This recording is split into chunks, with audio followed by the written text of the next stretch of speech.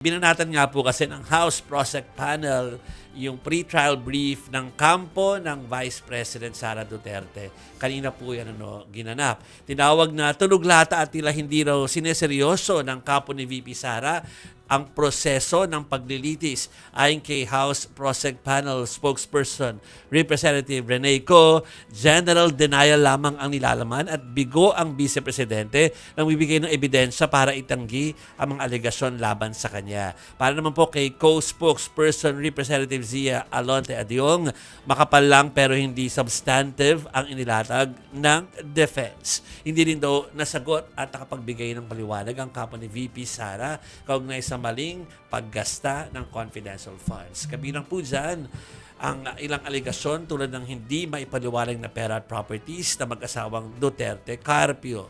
Para naman po sa kampo ni VP Sara, nilinaw ni Attorney Michael Powa na walang tensyon na naganap sa pre-trial conference kanina. Isang good session daw ito. Para sa kanya, good session yung naganap. At normal lang daw na nagkakasagutan ng dalawang kampo. Ganun eh. Maski naman sa trial sa mga RTC, ganun talaga. nasagutan. So, nagsumiti naman daw yung parehas na kampo ng komento doon sa stipulation ng proseso at gaganapin yan sa June 22. Ang description kasi ng mga prosecutors ni hindi man lamang daw nasagot kung sino ba si Mary Grace Piatos. Yes. Kaya nila dinedescribe na tunog lata. Kumbaga walang laman daw. Correct.